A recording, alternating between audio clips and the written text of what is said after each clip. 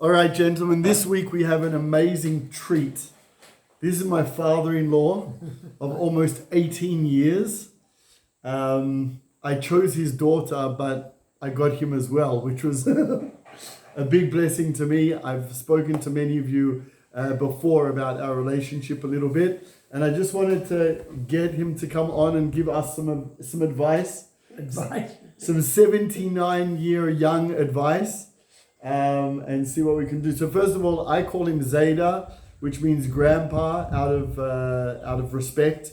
So if I call him Zayda, that's what it is. So Zayda, thank you for being here with us. Okay, and with pleasure. Let's hope we can enlighten more people or something. Got something wise to say? Zayda told me the last time he was interviewed was about cattle. So the truth is, men are a little bit like cattle sometimes. Not herd behavior, I hope, yeah. You don't want to be like sheep, yeah. No, definitely not. And sometimes we're bulls, and sometimes we're sheep, but we chop and change, I guess. So Right. You're now 79 years old, 3 children. Right. How many grandchildren? Nine grandchildren. 9 grandchildren. Don't ask us to remember all of their birthdays, but 9 grandchildren. That's why we've got a wife to do that. Exactly. She's been my right-hand man ever since we were married. So yes, she's very... How long have you been married? This 53 years coming up. 53 years. That's something to go for, huh? Yeah, absolutely. So what's the secret to success in marriage? In marriage, I don't know if there's actually a secret. No, there's no secret. So what's the ingredients? The ingredients is that you share alike, and you grow together. We started off with very little in our lives. We sat on egg boxes when we got married. We didn't have furniture at all. And you grow together. You have your family, and you watch them grow up. There's no recipe. We've said this so many times. There's no recipe for successful parenting or anything for that matter. It's what you do and what you know best.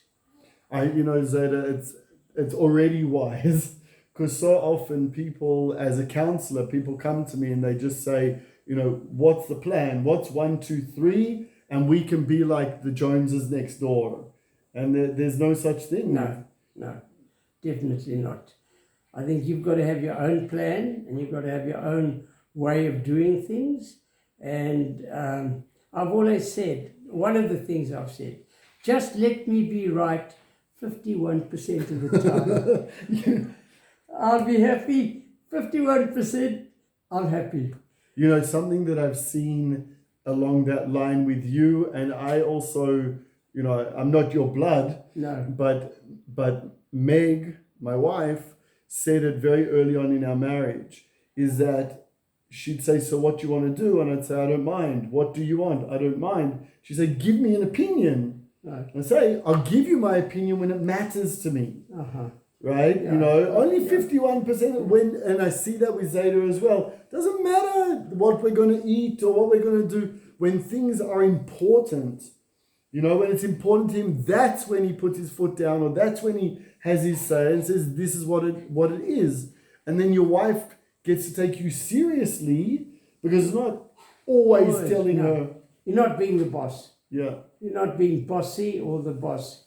Although I must say, in marriage, I do believe there's always a dominant partner. And I think Anne is the dominant partner in our marriage. And I've got no problem with that at all. I know that my contribution to the marriage and to our enterprise and to our livelihood is what I've been functional to do. And I think over the years we've had great success in that. Yeah. In our farming operation, I don't know how successful in raising the children. It has been thrown back at me every now and again by one of the kids, but I take that from where it comes. Yeah. What do you mean by that? Well, maybe, like I can remember Lenny saying to us years ago, we weren't there for him. When he was playing soccer, I wasn't there to support him, which of course is not true, but that was his concept of how he saw it. It was his perception. He's perceptive, yeah. And I agree with that he sees it differently to the way I saw it. Maybe my priorities were different to his. He's playing a soccer match, and that's important to him, and he wants to see his dad shouting for him or for the winning side. Yeah. Whereas my winning side was creating a livelihood, and that was important to me. Yeah. Watching the soccer was very nice, but it wasn't part of the plan. It wasn't productive. Wasn't putting food on the table. That's it, yeah. See, it's so interesting because each man, I think, needs to have the right, and each family has to have the right to set the norms. So for you, that the priority was to be at work, to build the farm, and not necessarily to be at the soccer. But Lenny will grow up, has grown up differently, and make sure to be at the soccer and at the taekwondo and stuff like that. And each family needs to create their own norms that's right for them. Right. And then, as we always say in Leader of the Pack, we got to own our own shit. So, right? Absolutely. So, that's good. Yeah. Our kids are going to come back one day, and if it's not saying you weren't at the soccer, it'll be, why didn't you provide for me? You know, we as men, we've got to turn around and go, yeah, okay, so we can't be perfect. We can't do everything. We're just going to do the best that we know how to do. Sure. In that respect, I really believe nobody is perfect. Nobody is perfect. You do what you know is best. As I said earlier on, there's no recipe for success. There's no recipe for parenting. You do what you know as the way you grew up, right from wrong, what you know is correct. You've got moral principles. They don't change at all. Yes. The moral principles are fixed. That doesn't change at all. Honesty doesn't change at all. You might have different levels of honesty, but basically those are set. Wow. But what's not set is how you lead your own life, how you earn your livelihood, what your game is, what's your aim in life. We started off as on a very small scale. In fact, our first little small holding was 5 acres. Converted was about 2.5 morgan or 2 hectares, depending on which part of the country you live in. Yeah. And that's how we started on a 5 morgan plot, 5 acres, beg your pardon. And we just grew. And we grew and we grew, and we applied ourselves and hard work. And at the end of the day, you went from a 5 acres to what? And over how much time? We ended up owning 5,000 hectares of land, which for the English people, that would be about 12,000 acres. Wow. And I'm not sure America, but hectares. They'll work it out. They work it out, yeah. So we ended up with 5,000 hectares of land. And you spoke about hard work. Yeah. Poultry was one of the enterprises that we were involved in. And poultry is a non-forgiving farming operation. You can't afford a mistake. So it's dedication. Dedication from the day that baby chick arrives on the farm till the day it gets loaded and off to the slaughterhouse. Or if it was raising the growing stock, the parent stock, same principle. As you raise those chickens, you wanted to raise them in the best possible way so that you could get the best possible number of hatching eggs out of a hen. And you only do that by doing it properly and not shortcuts. No shortcuts in the business. No shortcuts. No. It doesn't matter what you're doing. I don't believe you must ever take a shortcut. That's a wrong practice. not in business, not in marriage, not in parenting. Definitely. Shortcuts backfire. Absolutely. 100%. Yeah. I hear that 100%. Yeah. So Zayda, some men find it hard to get out of bed in the morning. Give us your hours. Well, now, remember, I'm retired now. Now he's retired, so he only gets up at like 6:30 Yeah. to open the door. Okay, Yeah, that's retired it. 6:30. So before that, Oh my gosh, with the chickens, it was very varied in time because we used to dispatch the chickens to the slaughterhouse. We'd start working at 1 a.m. in the morning and have the trucks loaded by probably 2:30. Send the truck off by 4 a.m. Make sure that it gets to the killing plant by 6 a.m. so that the killing plant could start work at sometime after 6. wow. And that was a routine that we followed for probably, I don't know, the best part of 30 odd years. Wow. And you are up every time, or you? No, we did alternate, but one of the jobs that I didn't designate to the managers at all, I felt, let them sleep. You hear that? Let them sleep, and the owner gets up and makes sure it's done. We did it.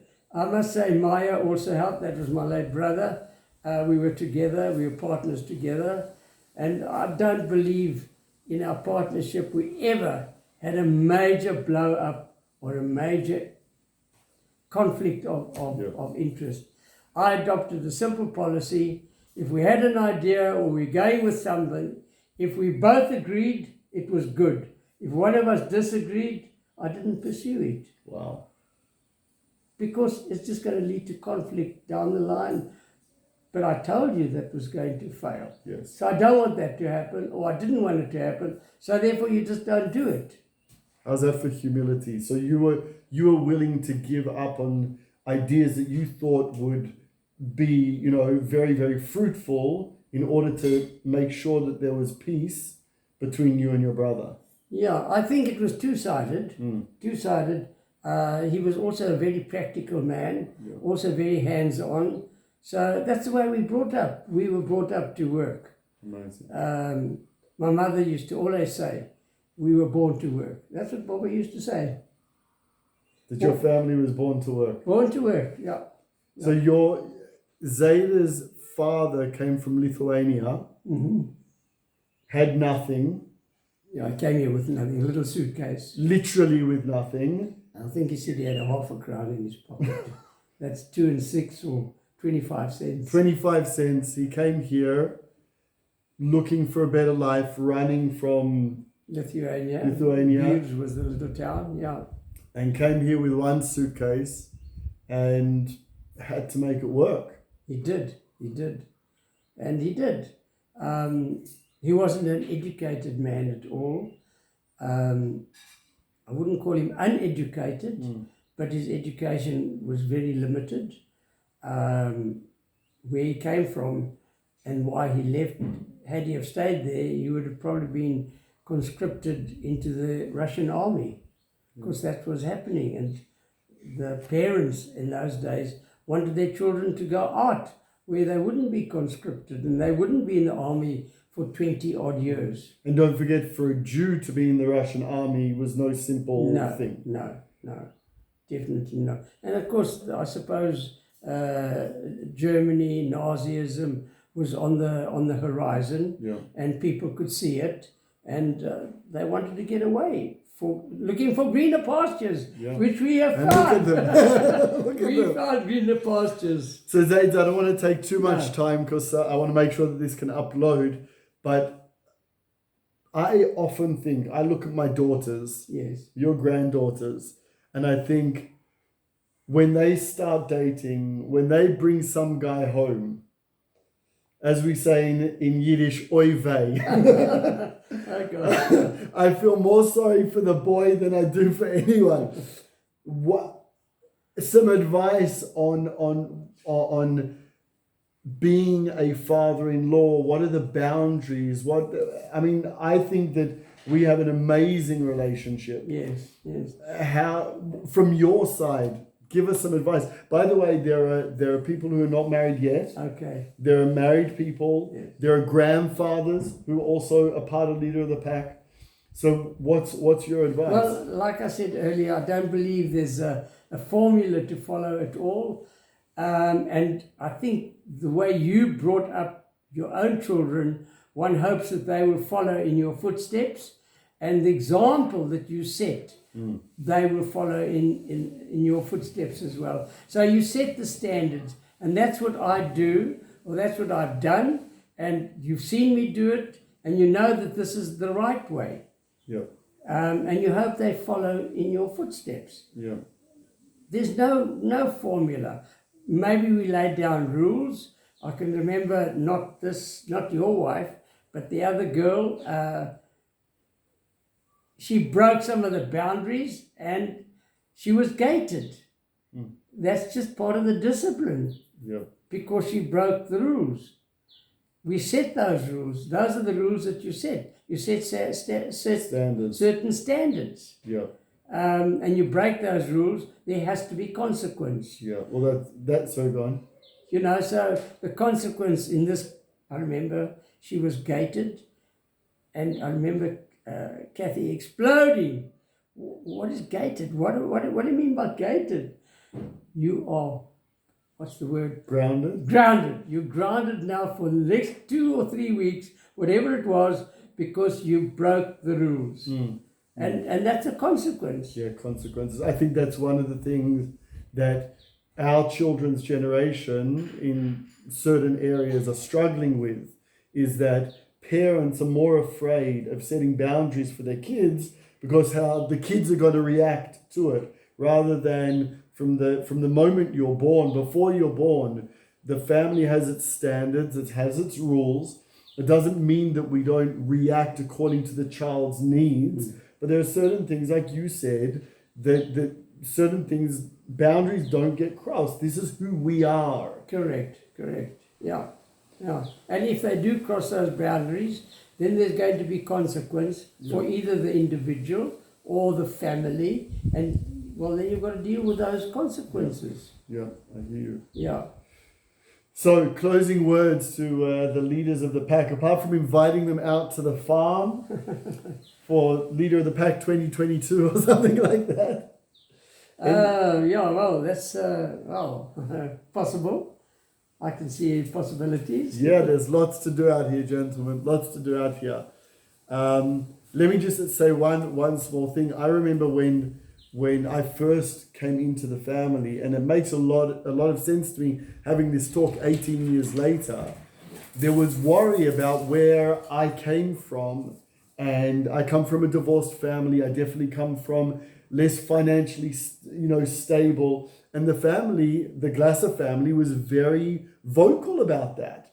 It wasn't like, oh yeah, for sure, Meg, you're making the right decision. Bring him in with open arms. There was a lot of proving that I had to do to the family and with the family. 18 years later, thank God, things are a lot different. But it wasn't always open arms. Nathan, come in. Yeah, I think we had to make sure that our daughter was taking the right decision, and if she needed time to think, is this the right decision? Is this the way that you want to be, the way you want to end up? You met a guy, you're deeply in love, and love has no boundaries. Love has no boundaries. Yep. There's my emotional father-in-law over there.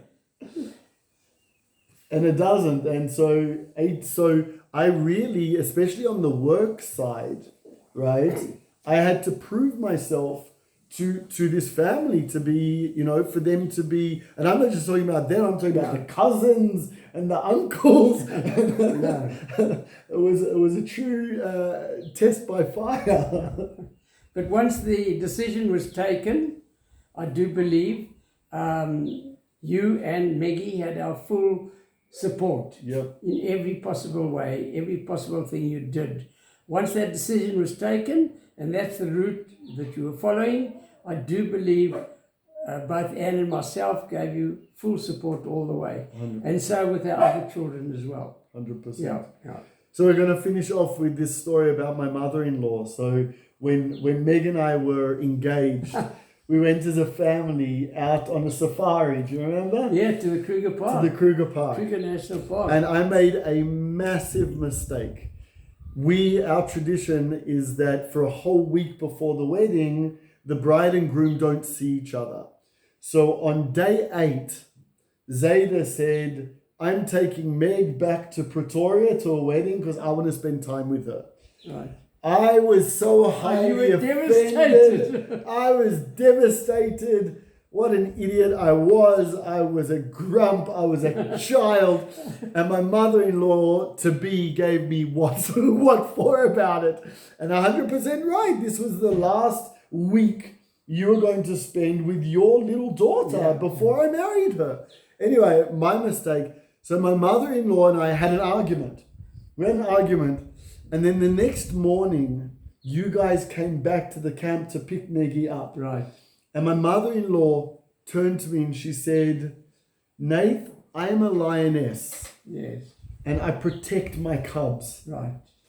When you become one of my cubs in a week's time, you'll be as protected as my other children. And I feel it from my father-in-law, from my mother-in-law. I'm one of their children. I'm one of their children. They love me. They care for me. They hold me accountable just as much, sometimes if not more, than some of their children. Yeah. So publicly, I want to thank you, Zayda, for being seriously my best father-in-law. I hope you don't have too many others. Please God, no others. Yeah. No, but the relationship that we have, we can call each other and talk, and it's got nothing to do with my relationship with his daughter. No. It's a beautiful relationship that we have, and I want to thank you for that. You're more than welcome. And I couldn't wish for a better son-in-law. Oh, No, I mean I'll that, pay him later. No. I mean that I've said it to, maybe not to you, but I've said it to so many people. I couldn't wish for a better son-in-law. I mean that. You got one other one. He's pretty good. Doesn't matter. I'll tell him other things. All right, we're going to turn off while we guys. hug and cry together. I hope you I hope you enjoyed it. Yeah. Thank you, and you're welcome to come to the farm anytime. Yeah.